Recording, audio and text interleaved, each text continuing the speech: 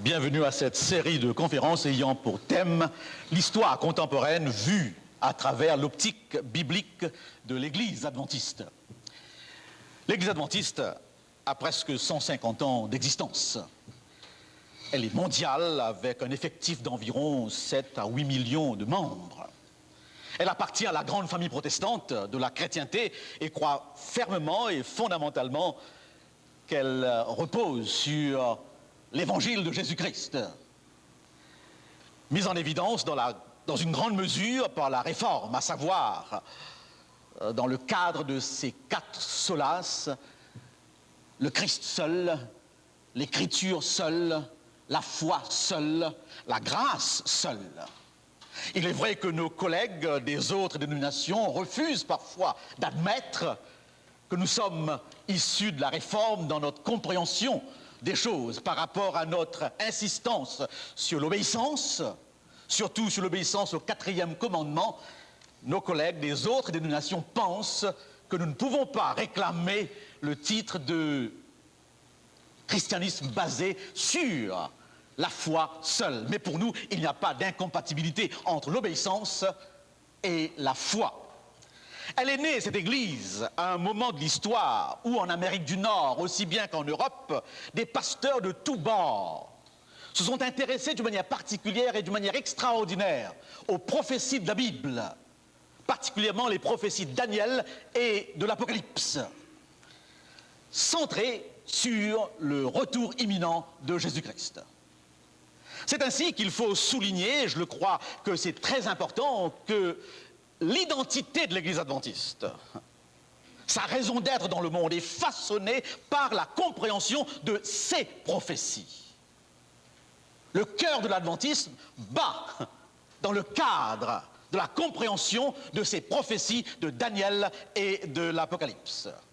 Nous voulons, durant cette semaine, vérifier avec l'histoire qui n'est pas figée, avec l'histoire qui se déroule, si cette croyance, cette prétention de cette Église est vraiment valable, si elle est soutenue, voire, pour ceux qui sont là pour la première fois, et revoir pour ceux qui ont déjà entendu ces exposés, l'histoire dans cette vision biblique de l'Église adventiste. Mais avant d'entrer dans le vif du sujet, nous allons nous lever pour une prière et avoir l'occasion pendant quelques minutes d'écouter la chorale des jeunes de l'église de Saint-Léonard. Levons-nous, si vous voulez bien.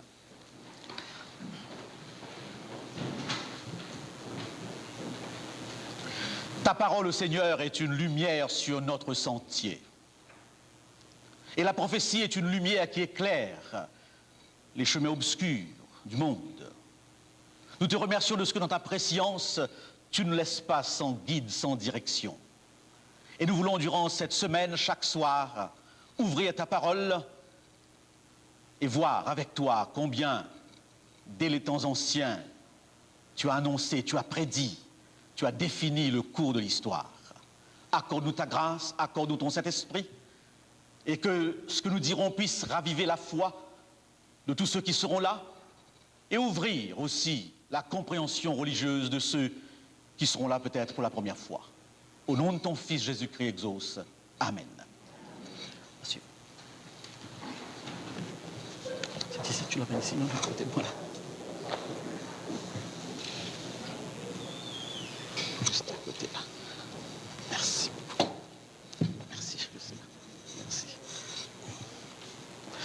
Je voudrais juste rappeler à nos amis visiteurs qu'une Bible est à leur disposition à l'entrée de la chapelle, aussi bien qu'une petite carte bleue sur laquelle ils pourront inscrire leurs questions, si toutefois ils en ont après chaque exposé. Alvin Toffler est sans aucun doute le futurologue le plus connu, le plus célèbre actuellement. Il a écrit 3 ouvrages et le dernier a pour titre « Les nouveaux pouvoirs ». Et à la page 13 de ce volume, il dit ceci: « Il est à peine besoin d'ajouter que l'avenir n'est pas connaissable à titre de prédiction exacte. La vie fourmille de surprises surréalistes. Les statistiques aussi s'avèrent sujettes à modification. De nouvelles techniques supplantent les anciennes. Les dirigeants politiques tombent et d'autres émergent. Il reste toutefois que mieux vaut tout de même avoir une carte un peu vague, incomplète et toujours sujette à révision que pas de carte du tout. Il y a, chers amis, une carte de Dieu, une carte du ciel par rapport au monde. Et elle est suffisamment claire dans ses tendances, dans ses mouvements, pour nous permettre de voir l'avenir avec optimisme et de voir l'avenir avec calme. Mais pour comprendre une carte, il faut à tout prix bien saisir les explications qui sont données dans ce que nous appelons très souvent la légende de la carte. Des explications qui nous permettent de distinguer les autoroutes, les routes principales, les routes secondaires, de bien situer le nord, le sud, l'est, l'ouest. Nous voulons ce soir, alors que nous introduisons ces réflexions sur la marche de l'histoire, bien définir les principes de base pour comprendre cette littérature appelée apocalyptique, qui concerne particulièrement le livre de Daniel et de l'Apocalypse, dans lesquels nous avons justement défini cette marche de l'histoire. C'est pour cette raison que nous avons intitulé ce premier exposé « L'Apocalypse » ou la littérature apocalyptique, nature et interprétation. L'Apocalypse est aujourd'hui très populaire. Mais malheureusement, c'est un mot qui suggère toujours des images terrifiantes, des images effrayantes à la suite ou pendant soit une guerre nucléaire, du jamais vu, du jamais entendu. Tout au long de la guerre du Golfe ou de l'opération Tempête du désert, les journalistes utilisaient constamment l'expression « vision apocalyptique »,« nuit d'apocalypse ». Ou alors, un désastre naturel mondial, imprévisible, inattendu, tel que des inondations, des tremblements de terre, des tornades ou une éruption volcanique. Ou encore, une maladie irréductible aux souffrances physiques atroces se propageant sur une large échelle, semant sur son passage la peur, la panique et laissant des corps entassés massivement un peu partout, avec des traces indescriptibles, obsédantes. Le mot apocalypse est très en vogue aujourd'hui. On parle d'apocalypse écologique, on parle d'apocalypse nucléaire, on parle d'apocalypse sociale, on parle d'apocalypse économique. Et les concepts, les images, le vocabulaire de l'apocalypse est aussi en vogue. La bête, le dragon, les dernières plaies, les 4 cavaliers, Armageddon, 666, Babylone, le millénium, les 7 trompettes sont des concepts, des expressions, des images que nous retrouvons dans les films aujourd'hui, dans les livres aujourd'hui, dans le contenu des chants des groupes hard, heavy. Les personnages des films à fiction ont aujourd'hui une allure, une ressemblance aux bêtes de l'Apocalypse. Donc, c'est actuel à différents niveaux de notre civilisation. Mais cette signification moderne, populaire du mot apocalypse, c'est-à-dire étrange, extraordinaire, catastrophique, n'a aucun rapport avec le sens étymologique du terme. Ces images correspondent beaucoup plus au contenu du livre, mais pas au sens, à l'objectif majeur du texte. Bibliquement parlant, le mot apocalypse signifie tout simplement révélation. Révélation. Il vient d'un mot grec qui signifie tirer le voile, écarter le rideau, afin de voir plus loin, afin de voir au dehors, afin de voir l'extérieur. Donc, au sens littéral, c'est une révélation. D'ailleurs, la Bible anglaise a gardé le titre Revelation, c'est-à-dire révélation. Vous savez, mesdames et messieurs, chers amis, on peut parler des mêmes choses, mais dire exactement le contraire, parce que nous parlons dans des cadres différents. Lorsqu'on est autour d'une table avec des tendances politiques différentes, des représentants de tendances politiques différentes. On peut parler des mêmes mots de la société. Mais la compréhension de ces choses diffère suivant qu'on est de gauche ou de droite. Et c'est très souvent, à partir des mêmes mots, on a un dialogue malgré tout de sourd. Je crois qu'il est important de bien situer le cadre de la Bible tout entière, de la révélation de Dieu. Le monde grec, le monde hindou, a une vision cyclique du monde. Le monde, la terre, le temps sont dans ses conceptions cycliques. C'est-à-dire, le monde, la terre, le temps tournent en rond.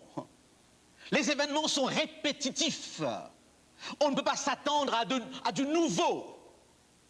Et psychologiquement, les individus qui vivent dans un tel cadre sont blasés, fatalistes. Les hindous parlent dans ce cadre de la roue de la réincarnation. Le monde biblique est linéaire, c'est-à-dire il a eu un commencement et il marche vers une fin qui sera sanctionnée par le retour de Jésus-Christ et qui inaugurera un nouveau commencement. Et la littérature apocalyptique, les prophéties bibliques se situent dans ce cadre et voient justement au-delà, jusqu'au point où le Christ revient, marque la fin du monde et le recommencement du monde nouveau. Ainsi, le prophète est un voyant. Le prophète est une sentinelle. Il saisit sous l'inspiration de Dieu le déroulement de l'histoire, non pas à partir de ses propres intuitions, mais à partir de la révélation de Dieu.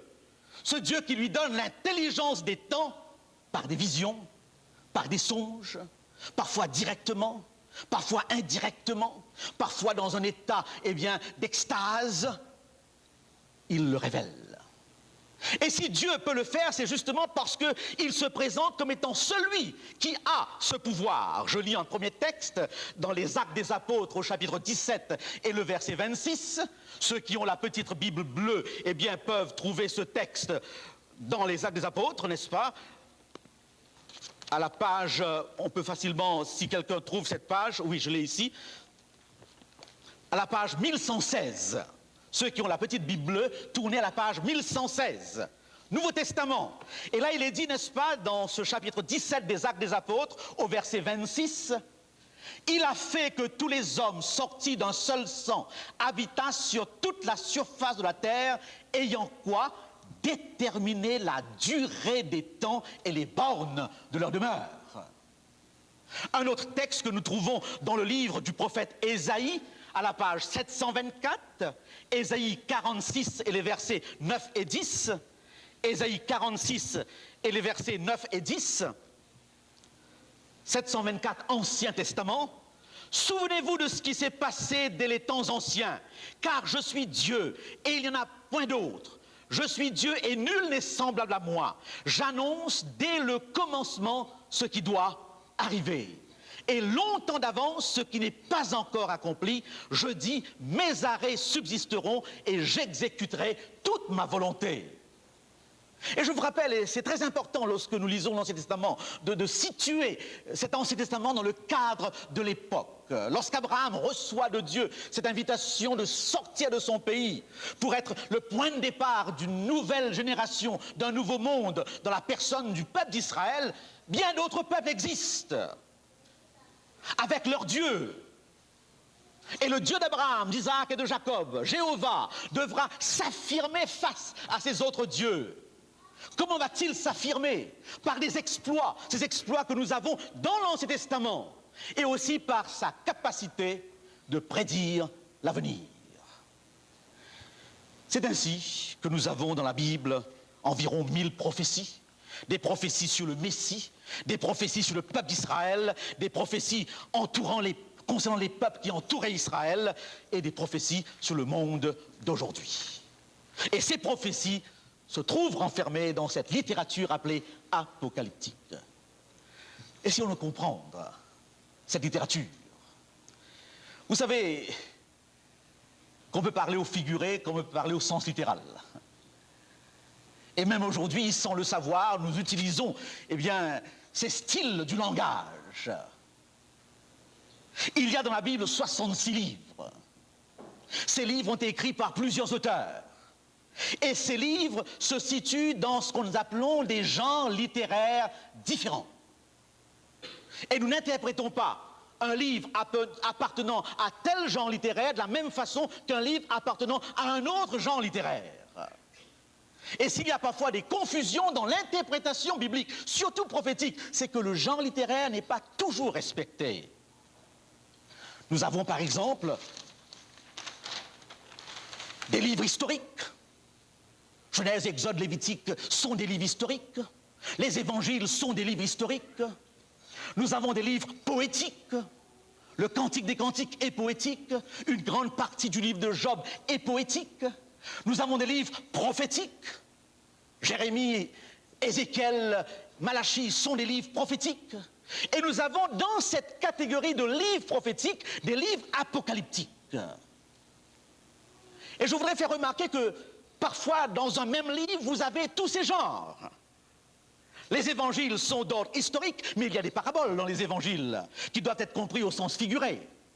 Matthieu 24, Luc 21, Marc 13 sont très apocalyptiques. Les premiers chapitres de Daniel sont historiques. Le chapitre 1 est historique, le chapitre 2 est prophétique, apocalyptique. Le chapitre 3 est de nouveau historique. Et à partir du chapitre 7, c'est de nouveau apocalyptique. Les écrivains du passé n'avaient pas cette rigueur que nous avons aujourd'hui, où d'une manière générale, nous faisons la synthèse, nous séparons, nous délimitons. Il y a parfois un mélange qui nous gêne, qui nous confond. Mais c'est important de comprendre cet aspect des choses.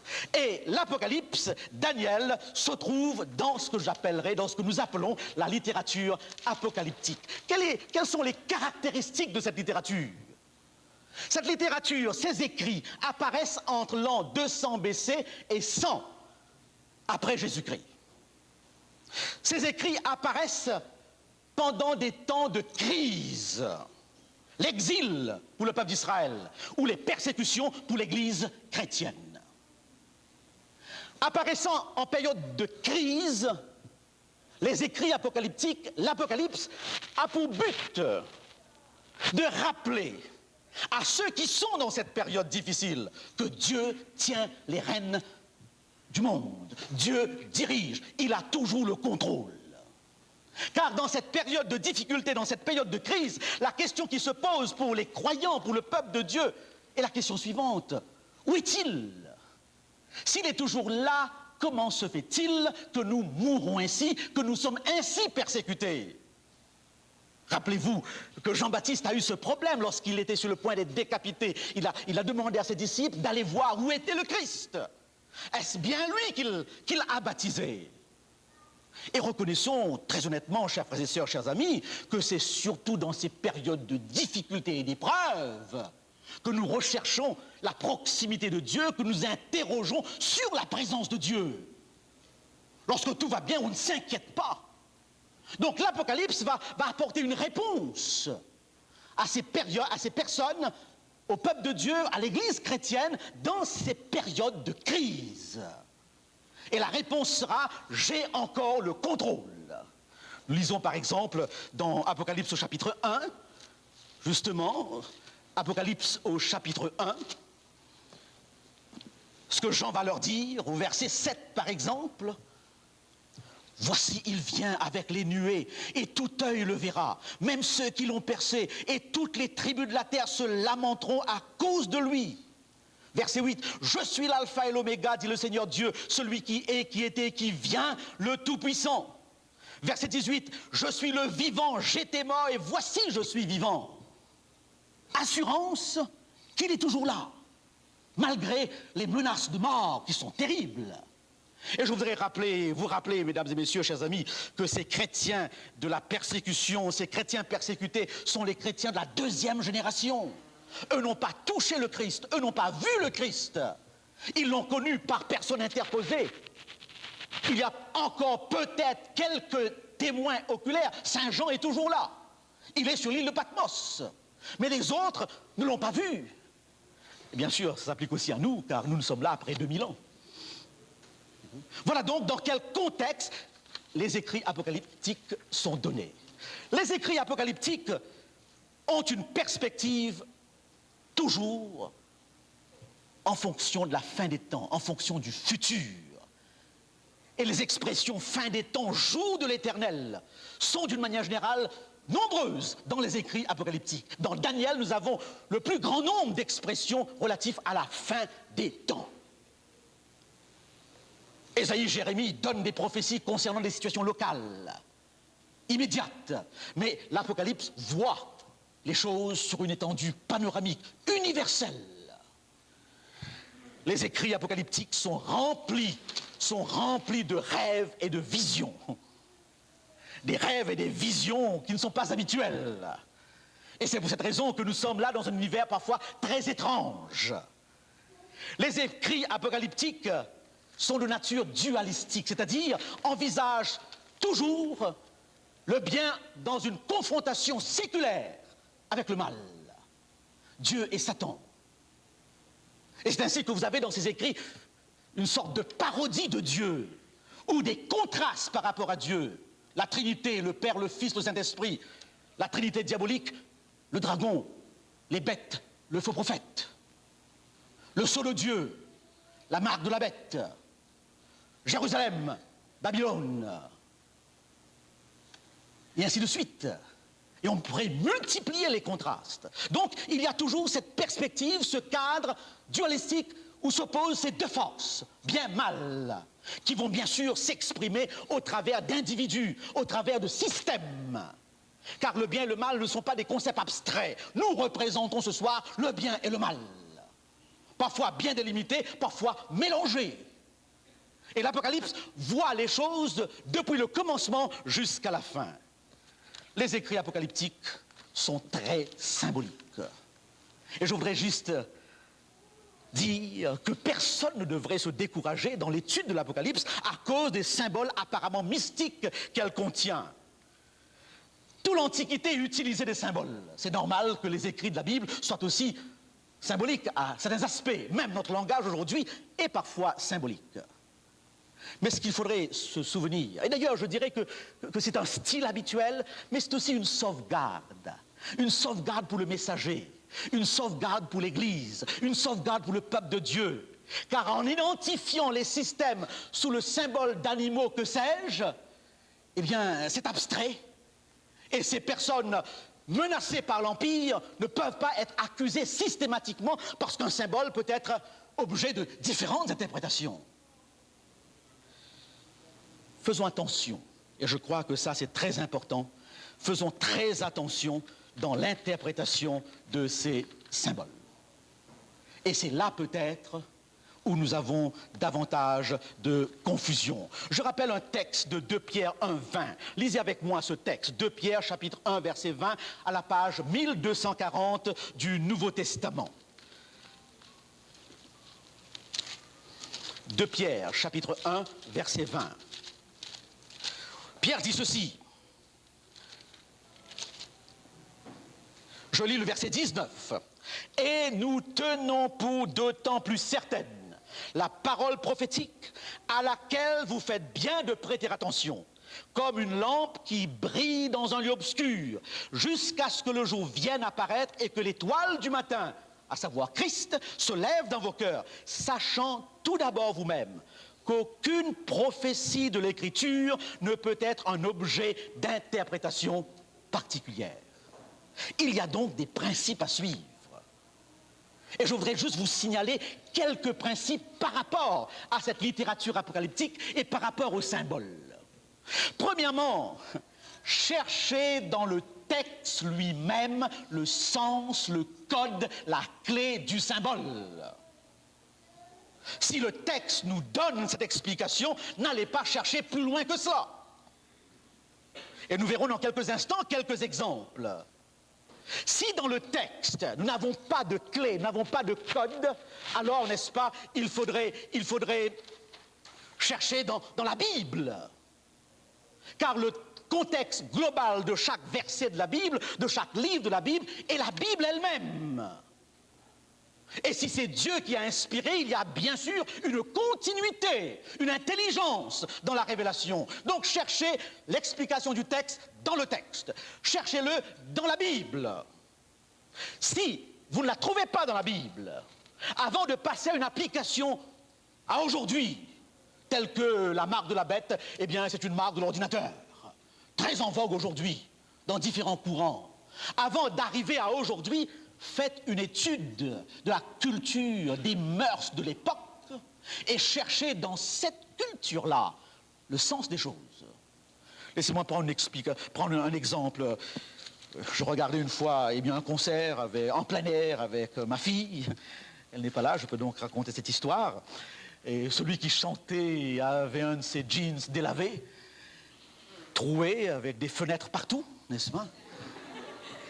Et alors, j'ai dit à ma fille, qu'est-ce que tu en penses? Elle m'a dit, il est cool. Il est cool. Dans une autre occasion, quelqu'un marchait en roulant les épaules, n'est-ce pas? Et encore une fois, elle m'a dit, il est cool. Et si vous imaginez que j'écris une lettre à un individu de 1996, et j'utilise l'expression « t'es cool », cette lettre est retrouvée une centaine d'années après. Et voilà qu'un individu l'analyse et tombe sur l'expression « t'es cool ». Il va tout de suite chercher un dictionnaire anglais et il cherche le sens du mot. Cool, froid, frais, par extension frigide, que sais-je. Et il fait une application immédiate. Les gens de cette époque étaient tous froids, frais et frigides. Erreur grossière, parce qu'on n'a pas pris soin de chercher dans ce contexte-là le sens de ce mot. Et beaucoup d'erreurs sont commises à ce sujet.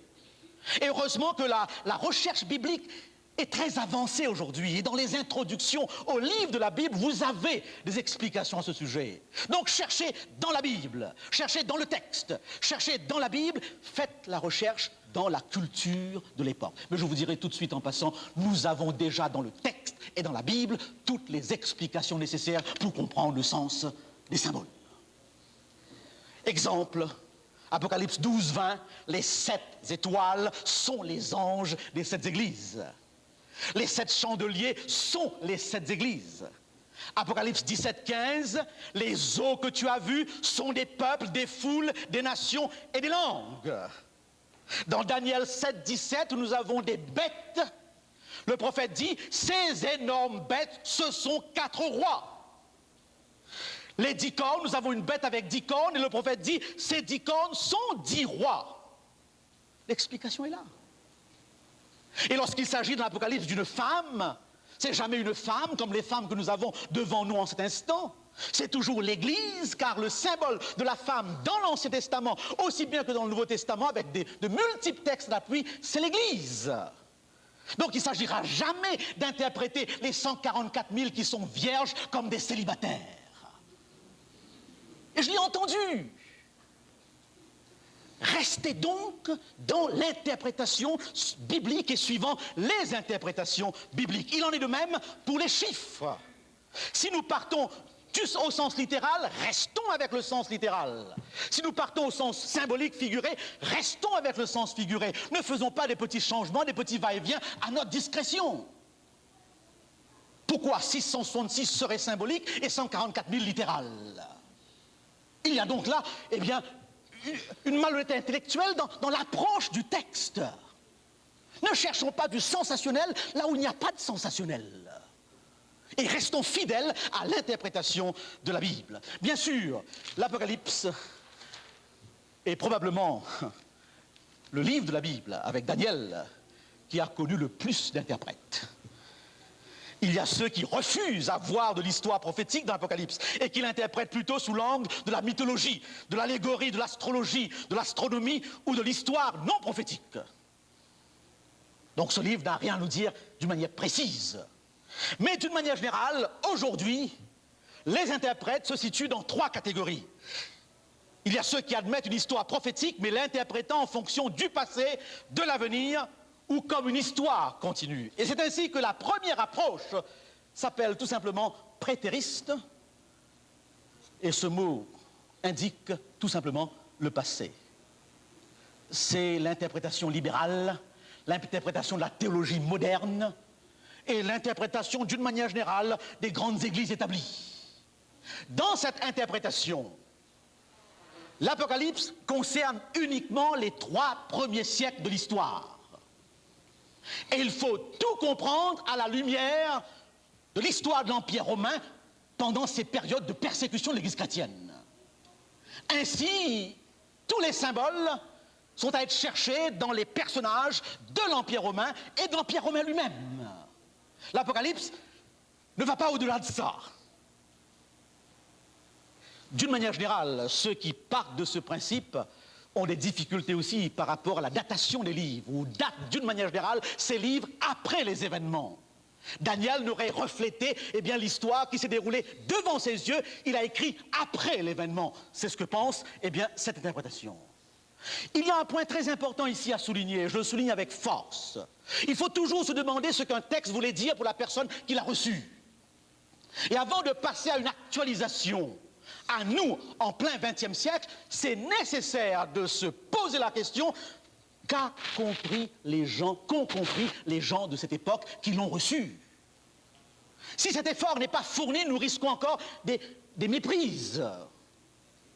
Et il n'y a rien d'étonnant que l'Église chrétienne persécutée dans les arènes de Rome, n'est-ce pas, ait vu dans cette description apocalyptique l'Empire romain avec tous ses suppôts, Néron, Domitien et autres. Mais comme le texte va jusqu'à la fin des temps, ce serait donc une erreur de se limiter qu'à cette époque-là. Car toute l'histoire qui nous est présentée va jusqu'au retour du Christ. Et il faudrait donc faire l'effort d'aller jusque-là. Et comme dans Matthieu 24, en parlant de la destruction de Jérusalem, Jésus voyait aussi la destruction de notre monde.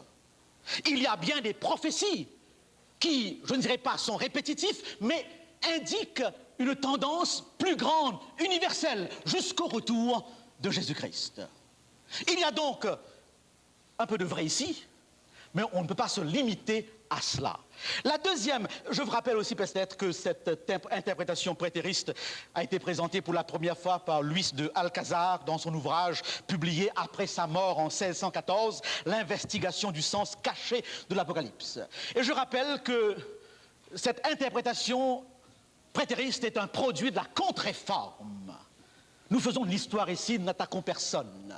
D'une manière générale, et nous le verrons, plus d'un aspect de l'Apocalypse ont été appliqués à l'Église romaine.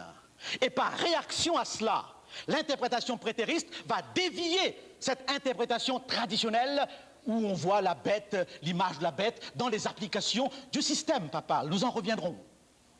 Produit de la contre-réforme qui va donc changer la direction des choses. Nous avons une deuxième interprétation que nous appelons tout simplement l'interprétation futuriste. Futuriste. C'est-à-dire, les 3 premiers chapitres concernent les premiers siècles de l'histoire, mais tout le reste doit être compris dans un lointain, très loin, voyez-vous, au-delà même du retour du Christ. Et de ce fait, ce livre ne nous touche pas, ne nous concerne pas. Ceux qui sont un petit peu avertis savent par exemple que ceux qui sont les tenants de la théorie dispensationaliste représentée par la Bible Scofield, la version Darby, ont cette interprétation. Et d'une manière générale, dans le monde évangélique où on pense que l'Église sera enlevée secrètement, on est pour ce type d'interprétation. Tous les événements qui sont là concernent après le retour du Christ. Et finalement, vous avez l'interprétation historique, appelée aussi interprétation de l'histoire continue. Et c'est l'interprétation que nous maintenons, qui ne vient pas de nous, qui a toujours été là. Tous les réformateurs, ont adopté cette interprétation. Et j'ai relevé dans un livre extraordinaire de Froome, La foi prophétique de nos pères, 169 historiens et théologiens de tous bords qui interprétaient le texte dans cette approche de l'histoire continue. Je lis tout simplement une seule déclaration citée par Jacques Doucan dans son livre « Aux portes de l'espérance ». Il cite le théologien Alford. « Les interprètes de l'approche historique considèrent que la prophétie embrasse l'histoire tout entière de l'Église et ses ennemis, du temps de sa rédaction au temps de la fin du monde. Il me semble incontestable que la Bible parle du passé, du présent et du futur. Certaines de ces prophéties se sont déjà réalisées, d'autres sont en train de s'accomplir et d'autres, enfin, ne le sont pas encore. » Je voudrais quand même souligner dans cette approche qui est la nôtre un problème majeur. Le problème dans cette approche est de partir des événements au texte au lieu de partir du texte aux événements. C'est d'être tellement obsédé à la manière d'un journaliste, cherchant le sensationnel, à interpréter tous les sauts et les soubresauts dans le monde, et à chercher tout de suite dans sa Bible une référence, et à se dire tout de suite, voilà, voilà. Je me rappelle, je tenais une conférence de ce type à Sherbrooke il y a quelques années, et c'était l'époque où des Juifs éthiopiens revenaient en masse en Israël. Israël avait découvert des Juifs, éthiopiens, Israël les avait ramenés, ils sont là toujours en Palestine. Et juste avant ma conférence, une jeune dame est entrée en disant « ça y est ». Parce qu'elle croit encore, elle croit toujours que les prophéties concernant Israël ont toujours une application moderne. Et elle m'a parlé de cet événement en me disant « il revient bientôt ». Et c'est ainsi que lorsque la guerre du Golfe a éclaté, des commentaires ont été présentés en long et en large, à partir d'Armageddon, à partir des rois de l'Orient, à partir de l'assèchement de l'Euphrate, pour faire une application systématique immédiate. C'est très dangereux. C'est très dangereux. Et dans cette tendance, il y a toujours la porte ouverte à cela. On arrive alors à des fixations de dates bizarres, on arrive à des contradictions, et on doit constamment changer son fusil d'épaule, parce qu'à mesure que l'histoire se déroule, on se rend compte qu'on s'est trompé. Juste pour illustrer ce que je dis en cet instant, je rappelle qu'un jour, j'ai vu monter en chair, alors que je me trouvais à Madagascar, un de nos pasteurs, brave pasteur, qui ne pouvait pas croire que l'homme irait sur la Lune, et il a osé dans son sermon dire « Jamais l'homme ira sur la Lune ». Et la semaine d'après, l'homme montait sur la Lune. Voyez-vous ? On ne l'a pas retrouvé très vite. Il n'a pas rectifié son sermon. Ça, c'est le danger de partir toujours des événements au texte. Et d'oublier que le texte a ses lois, le texte a ses principes, et il faut bien respecter l'interprétation du texte avant de faire une application. Et il ne faut pas oublier que la prophétie biblique développe les mouvements, les tendances, sans s'arrêter systématiquement sur les détails. Je me rappelle encore, et je pense pouvoir le souligner, que lorsque le président Kennedy avait été nommé, plus d'un sermon se faisait dans le cadre de l'Église adventiste sur l'Apocalypse. C'était le premier président catholique des États-Unis. Et certains étaient sûrs et certains que c'était lui qui allait déclencher toute notre vision de l'Apocalypse. Faisons très attention. Et ne devenons pas des maniaques de la fin des temps, des obsédés, qui finalement se mettent dans un ghetto, se cantonnent dans un cercle très fermé et se méfient même de tous, car dans chacun, il y a peut-être une réalisation de l'Apocalypse.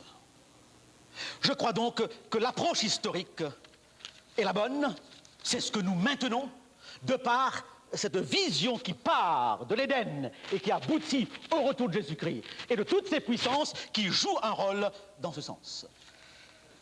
La connaissance de l'Ancien Testament est très importante pour comprendre l'Apocalypse. Quelqu'un a dit avec raison que l'Apocalypse est un test de la connaissance de l'Ancien Testament. Les temps forts du peuple d'Israël, dans son histoire, reviennent dans les visions de Saint Jean.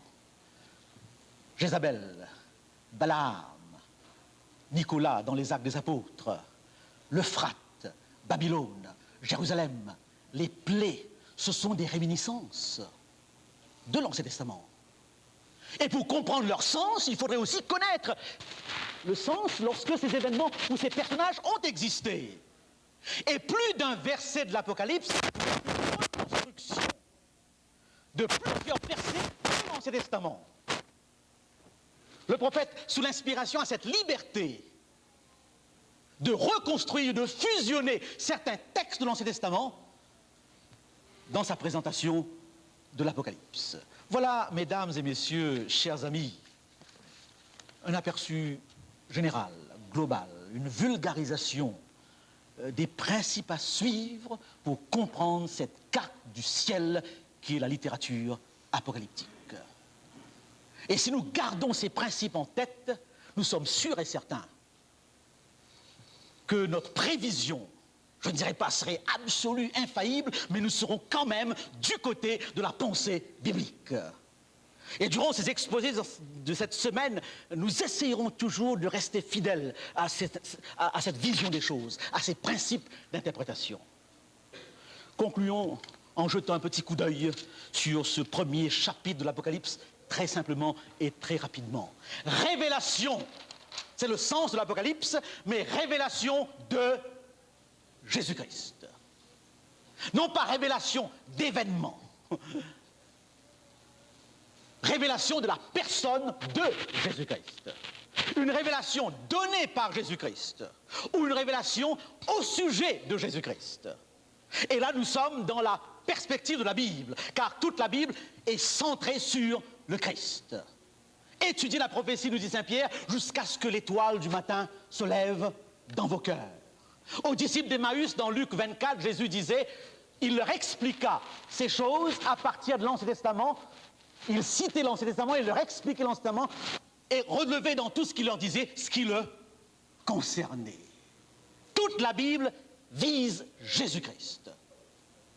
Et il faut pouvoir, même dans ce livre, chercher Jésus-Christ. Alors, nous dit ce premier verset, qu'il a à ses serviteurs les choses qui doivent arriver bientôt. Bien sûr, le bientôt de Dieu n'est pas toujours notre bientôt. Je viens bientôt, avait-il Christ, et 2000 ans sont écoulés déjà. Et tous les chrétiens à travers les âges ont toujours cru que la promesse de son avènement était pour bientôt. Saint Paul disait, nous les vivants et les morts, restez pour l'avènement du Seigneur. Malheureusement, certains l'ont mal compris, aussitôt qu'il disait, nous les vivants, restez pour l'avènement du Seigneur, à savoir, il revient bientôt, certains sont mis au chômage technique. Ils se sont dit, travaillons plus. Encore mauvaise compréhension des choses. Eh bien oui, donné par son ange, probablement Gabriel, cet intermédiaire, ce porte-parole de Dieu, Dieu a toujours révélé ses secrets à ses prophètes, parfois directement aux prophètes, et parfois par l'intermédiaire d'un ange qu'il envoyait. Et là encore, il faut être très attentif, car Satan se change parfois en ange de lumière. D'où la possibilité de confusion dans la compréhension de ces textes bibliques. Et alors, ce verset 3, « Heureux celui qui lit », c'est le seul livre de la Bible où nous avons cette bénédiction appliquée à la personne qui lit. Heureux, béni soit celui qui lit. Il y a plusieurs fois ce mot heureux va se retrouver dans ce livre. Et vous comprenez, chers amis, mesdames et messieurs, que c'est pratiquement impensable. L'idée que c'est un livre mystérieux juste pour les initiés. Et qu'il faut vraiment une préparation toute spéciale pour la comprendre. Toute la Bible est parole de Dieu. Et si la Bible est parole de Dieu, de la Genèse à l'Apocalypse, ce livre est à nous, il est à notre disposition. Et une bénédiction donc repose sur la personne qui lit, et encore plus, qui entend et qui met en pratique. Qui met en pratique. Alors Saint Jean nous dit que ce livre est dédicacé aux églises d'Asie. Il dit les 7 églises d'Asie. Et très facilement, nous voyons là un sens symbolique, car il y avait davantage que 7 églises en Asie. L'église de Colosse, de Corinthe, de Philippe, de Rome. Et le chiffre 7 indique automatiquement une dimension symbolique. Ce livre est rempli du chiffre 7. 7 sceaux, 7 plaies, 7 montagnes, 7 cornes. Donc c'est la chrétienté universelle que nous voyons ici. Et ce livre est présenté dans le cadre trinitaire, à celui qui était, qui vient, c'est Dieu. De la part de Jésus-Christ, c'est Jésus-Christ. Et de la part de cet esprit, c'est l'esprit. La Trinité est là. La divinité est là. lorsque ce livre est donné. Et ce livre nous rappelle des choses extraordinaires par rapport à Jésus-Christ, notre Sauveur, car c'est l'objectif principal. Que pouvons-nous dire en cet instant? Il nous aime, verset 5. Il nous a délivrés de nos péchés. Il nous a blanchis par son sang. Il a fait de nous un royaume de sacrificateurs. Il vient, et lorsqu'il viendra, tout œil le verra. Il est l'alpha et l'oméga, expression applicable à Dieu. Il est le vivant, il était mort, et voici, il est vivant. C'est lui qui marche parmi les chandeliers. C'est lui qui dirige les choses. Voilà donc le Christ qui nous est présenté.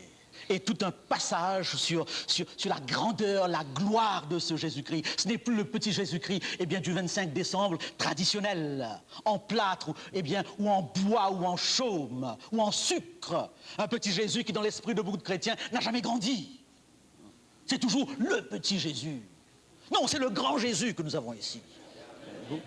Le Jésus majestueux, glorieux, qui est exprimé dans le dernier chant de la chorale. Ce Jésus qui n'est pas seulement plein d'amour, mais qui sera aussi juge de toute la terre. Ne confondons pas l'amour avec toutes sortes de compromissions. Ne soyons pas emportés par des élans émotionnels au point de ne pas distinguer entre ce Jésus qui sauve, mais qui en sauvant condamne. Parce qu'il n'y a pas d'autres alternatives. Il n'y a pas trois possibilités. Il n'y en a que deux. Avec ou contre. C'est le message de l'Apocalypse. Eh bien oui, Saint Jean qui reçoit cette vision sur l'île de Patmos, la plupart des commentateurs sont d'accord à ce sujet. Il a environ 90 ans. Il sort d'une expérience atroce suivant la tradition. Il avait été jeté dans une chaudière d'huile bouillante. N'étant pas mort, on l'a exilé. Et c'est là, à Patmos, en exil, qu'il reçoit cette révélation. Il le reçoit au jour seigneurial, qui ne peut pas être le dimanche, suivant certains commentateurs. Ce serait un anachronisme que de croire que ce jour seigneurial serait le dimanche, car en 90, il n'était même pas question dans l'histoire de l'Église du dimanche. Il le reçoit soit un samedi, qui est le jour du Seigneur bibliquement, mais je crois plutôt, il le reçoit au grand jour du Seigneur. Ce grand jour du Seigneur qui comprend justement les événements de la fin des temps, le jugement de Dieu. Oui, ne crains point. C'est le message qu'il donne. Voilà, mesdames et messieurs, ces éléments d'introduction qui nous permettront d'analyser la carte.